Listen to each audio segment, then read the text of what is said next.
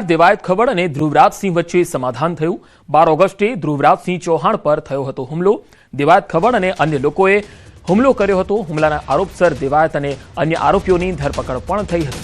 ડાયરાના કાર્યક્રમમાં ખબર હાજર ન રહેતા તકરાર પણ થઈ હતી। ઘટનાના 5 મહિના બાદ દેવાયત ખબર અને ધ્રુવરાજસિંહ વચ્ચે અંતે સમાધાન થતા બંને એકબીજાને મીઠાઈઓ ખવડાવી અને વિવાદનો અંત લાવ્યો।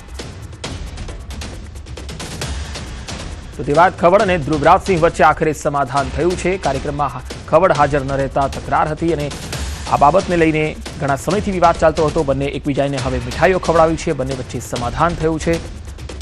દેવાયત ખવડ અને ધ્રુવરાજસિંહ જે બંને વચ્ચે વિવાદ હતો એ હવે તે શાંત થઈ ગયો છે। બંને વચ્ચે સમાધાન થઈ ગયું છે અને હવે દેવાયત ખવડ અને અન્ય લોકો પર જે આરોપ હતા તેને લઈને બંને એકબીજાને મીઠાઈ ખવડાવીને હવે એકબીજાને સમાધાન કરી અને આગળ વધવા માટે નિર્ણય કર્યો છે। દેવાયત ખવડ અને ધ્રુવરાજસિંહ વચ્ચે આ સમાધાન થયું છે।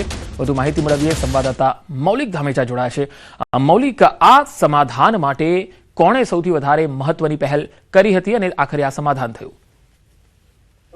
પંકજ, જે રીતે વિગતો પ્રાપ્ત થઈ રહી છે કે 12 ઓગસ્ટે ધ્રુવરાજસિંહ ચૌહાણ અને દેવાયત ખાવડ વચ્ચે જે રીતે હુમલાની બનાવ બન્યો હતો, વેરાવળ પંથકમાં આ બનાવ બનવા પામ્યો હતો અને તેને જ પગલે જે તાલાલા પોલીસ સ્ટેશનમાં ફરિયાદ દાખલ થઈ હતી।